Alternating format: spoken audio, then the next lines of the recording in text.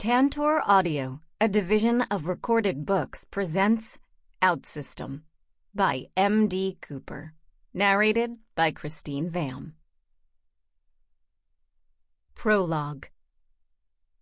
Stellar date 3/22/6929, December 7th, 4122. Adjusted Gregorian. Location: Edge of the Gray Sea, Pluto. Region: Jovian Combine, Soul Space Federation. A young sapling exploded beside Tanis as she dove for cover, scampering away as splinters flew in every direction. She slipped into a depression, flattening herself as much as possible, hoping it was enough to stay out of sight. Another shot hit a rock nearby, and liquid fragments of stone rained down, beating off her armor. "Does anyone have a location on that shooter?" Tanis sent the question over the link, a technology that allowed people to speak into one another's minds. Both Sorensen and Reynolds signaled negative. Angela was covering tactical coordination and placed several pointers on the team members' HUDs. It could be any of these. The plasma bolts are firing at over 10 kilometers per second, and they have their muzzle flash masked. "Sorensen, get behind that knoll to your left. See if you can deploy nanoprobes to get Angela triangulation data," Tanis directed. "Aye, sir. Reynolds, hold the center. I'm going right into that stream bed." Several more shots impacted the ground around the team's position. Reynolds slipped his rifle up over his cover and fired 2 electron beams before pulling back and rolling to a new location. He continued to draw as much attention as possible while Tanis and Sorensen worked toward their new positions.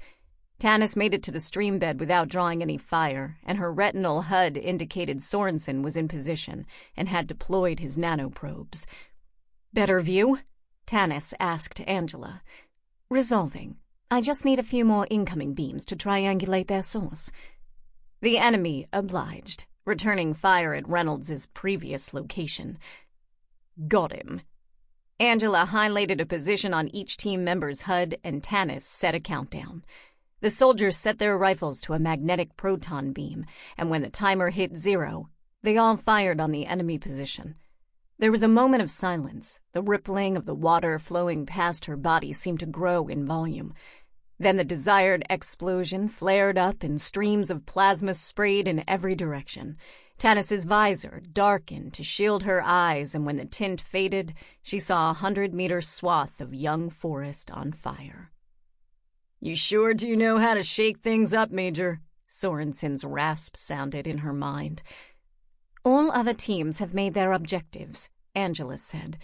"The main strike force is on its way in." Tanis rose out of the water, unlocked her helmet, and tucked it under her arm.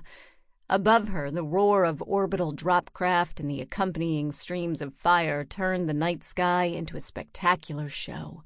Arcs of color and plasma painted across the backdrop of Jupiter's dark bands.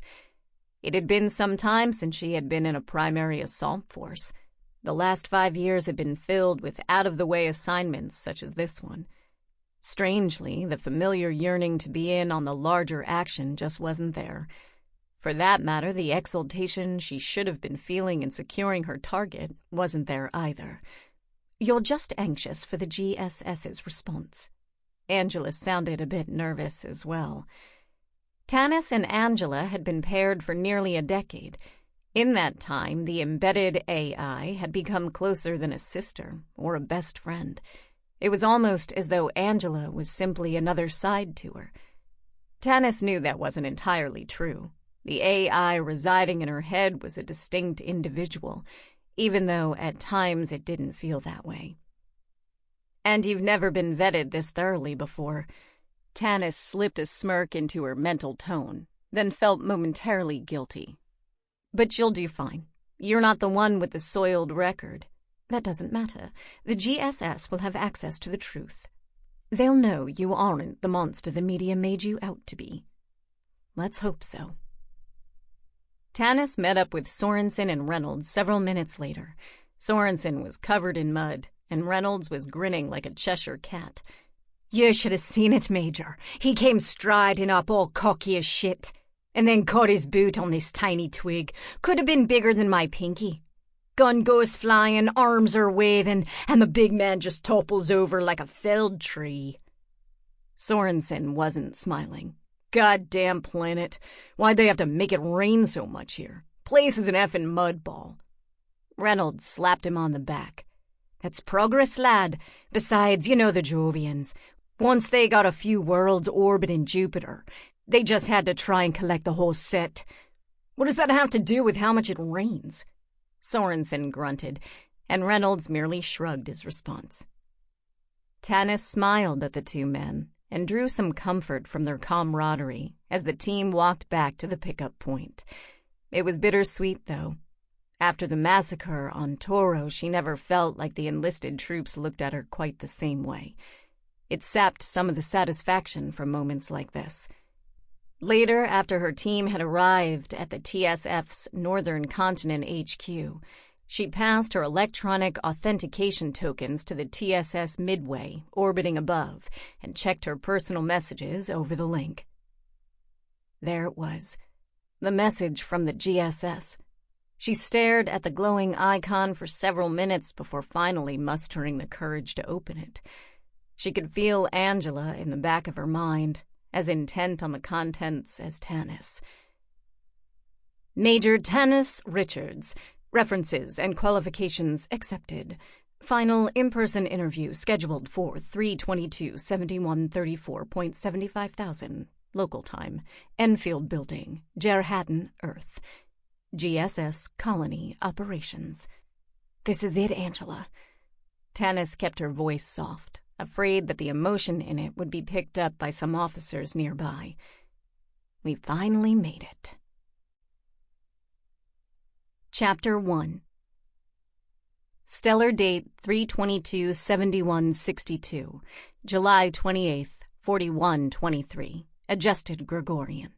Location, Steel Dawn 3, en route to Mars. Region, Inner Sol Stellar Space, Sol Space Federation.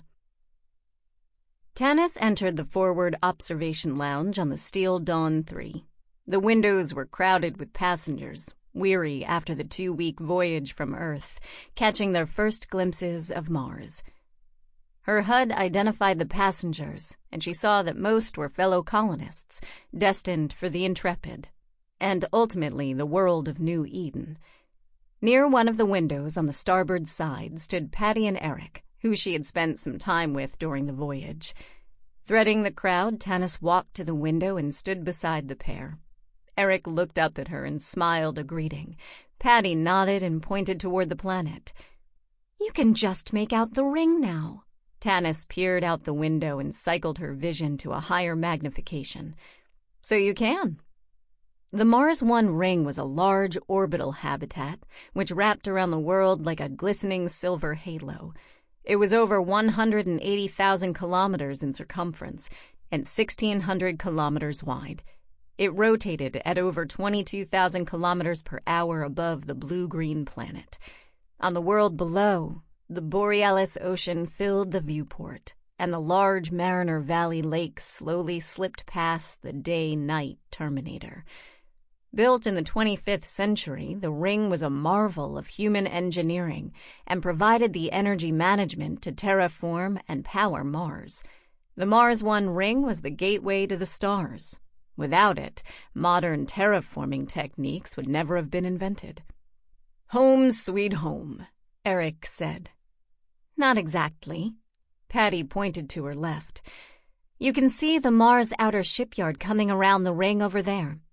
That's where the Intrepid is being completed. We'll be staying on the station or the ship, I imagine. The Mars outer shipyard was a 1,000-kilometer arc which was tethered to Mars's second artificial ring, the Mars Central Elevator Exchange, known by the locals as the MC. That outer ring linked to Mars 1, and from there massive elevators provided access to the planet below. Though it was not the largest planetary superstructure, Tanis always found it to be one of the most beautiful. The Marsians had opted to build it with materials that glistened in the sunlight. With all of the orbital stations and outlying habitats tethered to the MC, it sometimes appeared as though the planet had been caught in a celestial cobweb. I can't make it out, Eric said after peering out the window for a minute. You two keep forgetting I have these organic eyes, not special hopped-up mod jobs like yours." Patty laughed. "Well, I don't know how hopped up mine are. The Major has the super eyes." "Your tax dollars hard at work," Tanis smiled. "So, how long till we arrive?" Eric asked. Eric had only a rudimentary link to the shipnet. While he could look it up himself, Patty and Tanis already had the information overlaid on their retinal HUDs. "Just over an hour," Tanis said. "Doesn't look like it'd take that long." Eric leaned forward, still trying to make out the shipyards. An announcement over both the shipnet and audible systems interrupted their discussion. "All passengers, this is your captain speaking. We are beginning our final descent into the Mars outer shipyards, which the locals call the Moss. In 30 minutes, there will be 2 0G maneuvers separated by a hard 15G burn. We apologize for that hard burn, but Marsian traffic control has busy inbound lanes today, and we need to clear the space as quickly as possible. During these maneuvers, we require you to be in your cabin and strapped down to your bunk for your safety. Mars Outer Shipyard is a Class 1A environmental space with 0.8G centripetal gravity and a standard temperature of 19 degrees Celsius. Be sure to have your customs forms filled out and debark only after the announcement is given to do so. Thank you for flying Dawn Transport. To all of you colonists, good luck, and to everyone else, we hope to see you again." "Well, I guess I'll see you ladies after we finish docking," Eric said. "You will indeed," Patty said. "We'll meet tonight for drinks at that restaurant I mentioned." "You going to come, Tanis?" Eric asked. "I'll see. I have to report in and get my assignment by 0800 station time. But if I'm not busy, I'll be there." The military life brought her comfort, but the last few weeks on the Dawn had given her a taste of what a more relaxed life could be like. It made the offer tempting. With final farewells, the three left the lounge with the other passengers and proceeded to their cabins. One of the privileges of rank was that Tanis had a room to herself. She made certain all of her belongings were secure and lay down on her bunk. She didn't bother to strap down, but did hold on to the rails along its sides. The ship shuddered several times as it shed all of its velocity relative to Mars. The process took several minutes, following which the vessel rotated and the engines fired again. The cabin systems displayed a hollow countdown and also flashed a warning that the air would gel to help ease the discomfort of the upcoming maneuver. The cabin systems knew her body could hold up to the strain, so the nano-injectors didn't deliver the frame-firming nanobots into her body, but it was quite likely Eric was undergoing the rather uncomfortable procedure at that moment. The captain wasn't lying. The 15G burn was hard. Tanis's body weight increased to over a ton, and she was pressed deep into the acceleration cushioning of her bunk as the ship matched the 22 kilometers per second orbit of the Mars outer shipyards. Once that velocity was reached, the fusion engines powered down, eliminating the gravity their thrust had created. In the resulting 0G, Tanis let go of the rails and allowed herself to slowly rise above her bunk as the air thinned out once more. She could feel the telltale vibrations of thrusters firing as they eased the Dawn into its external berth on the planet side of the MOS. Once the ship was in place and latched onto the station, the thrusters slowly phased out until the physical coupling supplied the ship's angular momentum. During that process, the ship gradually fell under the centripetal force of the shipyard and achieved the station standard 0.8G. Tanis let the increasing gravity pull her back down to the bunk. It was an experience she always enjoyed, a ritual that had persisted since her first stellar flight with her father some 60 years earlier. An announcement came over the shipnet indicating a successful docking. The passengers were reminded to remain in their cabins until the debarkation signal was given. Shortly afterward, the low thud of the passenger and cargo umbilicals linking the Dawn to the station could be felt through the ship. Fresh air from the MOS filtered through the vents. Tanis could practically taste the difference after the stale stuff the Dawn had been recycling over the last few days. The debarkation signal came over the shipnet, and a glowing green icon flashed on the door's holo display, indicating that passengers could leave their cabins. Tanis took her time, giving the sparse space a final check, making certain nothing was left behind. It would give the corridors a chance to clear out. No point in rushing into a crowd of people. The sounds of other passengers outside her cabin had ceased, and Tanis had just stepped into the corridor when another tremor shook the ship. It was followed by the roar of an explosion flooding the hall, forcing Tanis to grasp the door frame to maintain her footing. A moment of stillness followed, and then alarms began to blare. Tanis set her auditory systems to filter them out, only to have the telltale whack of pulse rifles and the chip of beam weapons fill the silence. In a single swift motion, she dropped her duffel and pulled her pulse pistol from its holster. She couldn't imagine who the hell would use beam weapons on a ship. One shot in the wrong place and it would disrupt the electrostatic shields and cause explosive decompression. The sound of high-pitched whines and supersonic booms joined the other weapons' fire. Even better, Tanis thought. Some idiot was using a railgun. Some idiot has a death wish, Angela commented. Except they're wishing for our deaths, Tanis replied, as she bent to a knee and pulled her light wand from the duffel. Angela was attempting to query the shipnet to determine what was going on. It's at the dock.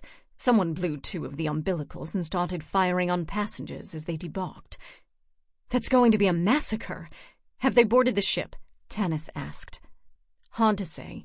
The sensors are jammed in that sector. I'm guessing someone is hiding something. So yes.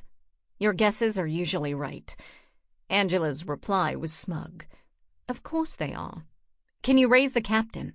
Shipnet is sporadic. Looks like it's under some viral attack. An all-out assault? This is more than some robbery.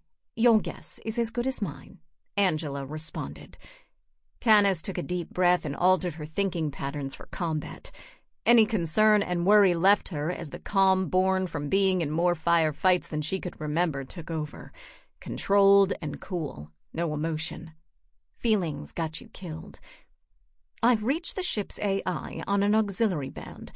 We'll handle the net battle. You find whoever's turning this ship into a screen door. A screen door? Tanis didn't get the analogy. Full of holes, Angela replied. Did I ever mention humor is not your strong suit? Starting down the corridor toward the remaining umbilical, Tanis listened for the sounds of weapons fire. Most were distant, but the odd snaps sounded nearby. She was nearing the fore end of the hall when the deck plate shook with another explosion, this one further aft, closer to the engines. Are they? She asked her AI. It would seem so. If they blow the Dawn's engines, they'll make a pretty big boom. There's a D2 fueling station about a half-click away. That would go up for sure, and it could take out the Intrepid. Angela's thoughts were clipped. Tanis could tell the net fight against the viral attack must be consuming much of her attention. So you're saying we can't let that happen? I think that goes without saying. Tanis ignored the jibe. Have you been able to make contact with anyone? We need to get the word out. Still just the ship's AI, who is barely able to form a sentence right now. I've got to concentrate on this attack. You stop them from blowing the engines. The engines were in the other direction, and Tanis pulled up the ship's layout on her HUD, determining the best route aft. If she cut through the galley, she could get to the engineering section via service areas and avoid the section closer to the boarding hatch and destroyed umbilicals. Tanis turned, moving back down the corridor. After 100 meters, it ended in a 3-way intersection. She eased around the corner, checking for hostiles, when the deck shuddered beneath her feet. Her footing slipped and her head jerked out into the intersection, fully exposed. Hey, stop! The call came from her left.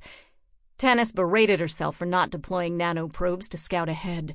Normally, Angela covered that, but with her AI battling the virus that was trying to take control of the ship, it was up to Tanis to manage the nanoprobes. She spared a glance at the man who had called out before pulling her head back. He stood just over 20 meters away, raising his rifle to fire. Whatever happened to letting me halt? Tanis muttered, as she pulled back out of sight.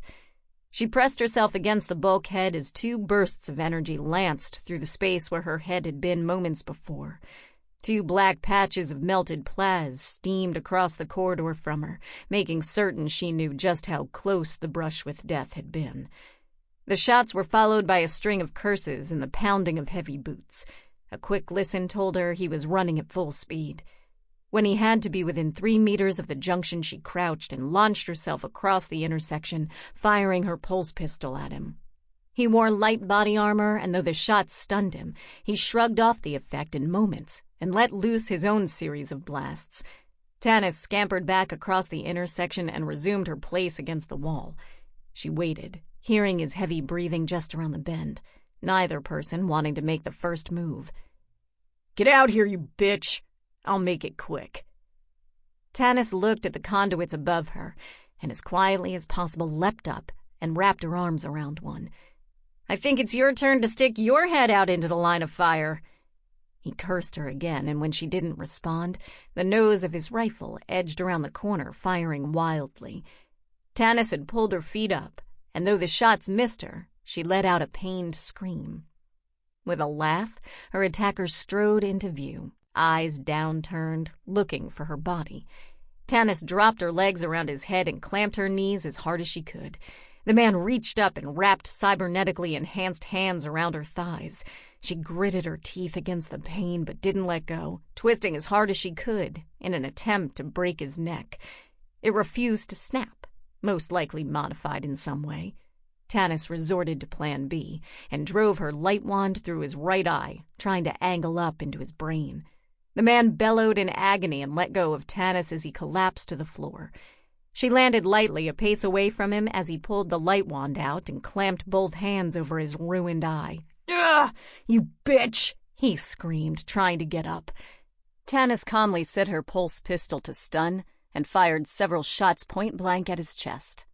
"Gonna cauterize that?" Angela asked about the man's eye as he collapsed to the deck. "I was going to, but all the bitch comments got to me. Get some Nano ready to wipe the DNA security on his rifle." "Sorry, Nano's all you right now, remember?" Force of habit. Tanis launched the bots and set them to remove the security features from the unconscious man's rifle so that she could use it. Without clearing the DNA lock, grabbing the rifle would have caused it to electrocute her, or possibly explode depending on its configuration. The weapon was an Amherst MK-CXI, not the latest TSF military hardware, but still not a weapon that should be in anyone's hands other than the Space Force. In addition to energy beams, it could fire a focused pulse, and she set it to that. No point in holding the ship more than these goons already had. Weapon secure, Tanis ran down the hall, keenly aware that taking out the thug had wasted precious time. The kitchens were empty. The cooks had left their realm spotless and glistening before heading to the docks for their shore leave. Tanis slipped through the vacant area and into the service corridor that ran aft toward the engineering section. She heard voices at the end of the hall and cycled her vision through various modes. The metal construction of the ship blocked infrared, but the free radical overlay showed a smudge of radiation moving towards engineering. They were going to detonate a nuke on the ship. Certainly an effective way to destroy the ship and a good part of the MOS with it. "How's access to station comm?" "Moss has a general alert out on wideband. That's all I can get right now." Tanis reached the end of the hall and pushed the hatch open half an inch. She prepared several nanoprobes and felt the restructuring plate on her arm tingle as they left her body and flew into the next room. VA and sensor readings from the probes lined her vision as they surveyed the room. It read clear, and Tanis ducked into it and crouched behind a row of backup oxygen tanks. Not really the safest place to hide. Only if they're stupid enough to shoot at an oxygen tank. They won't be able to arm their nuke if they blow themselves up by starting an O2 fire. You assume they're smart. They'd have to be to insert a virus that takes you this long to overcome. Good point. 2 men entered the room at the far end, and Tanis flattened herself against a tank to avoid detection. Her probes circled, giving her a clear view of their positions. She waited until both men were facing away from her, and then leaned out, shooting each in the lower back with the pulse beam. They crumpled, and Tanis crept over to them, keeping an eye on the hatch they had come through. Angela deployed several nano to disable the fallen rifles. "You back up to snuff?" Tanis asked. "All set. I've helped the AI somewhat. She has access to some of her systems again. There are 4 men and your nuke in the main engineering bay. Through that hatch over there." The opening flashed in Tanis's sight, and a map of the ship appeared over her vision. A short corridor lay beyond the exit, and beyond that, another hatch opened into the main engineering bay. The bay was long and narrow. 2 of the intruders were at the far end, and another 2 were positioned at either side of the entrance she had to go through. "Let's do this," Tanis said to herself. She picked up a second rifle, opened the hatch soundlessly, and crept down the corridor to the bay's entrance. It wasn't sealed tightly, and her probe slipped through the cracks. As the readout had shown, there was a man on either side of the hatch, weapons charged and positioned to nail anything that came through. Tanis pulled the hatch inward and stood behind it. Who knows? Maybe they'd fall for something simple. Visual input from her probe showed one man stepping through the entrance, his eyes darting suspiciously. Tanis raised a boot and kicked hard, slamming the hatch into the man's head. He fell backwards, clutching his nose as blood poured down his face. The second man was distracted by his falling comrade, and Tanis used the opportunity to step into the clear and let loose with both pulse rifles.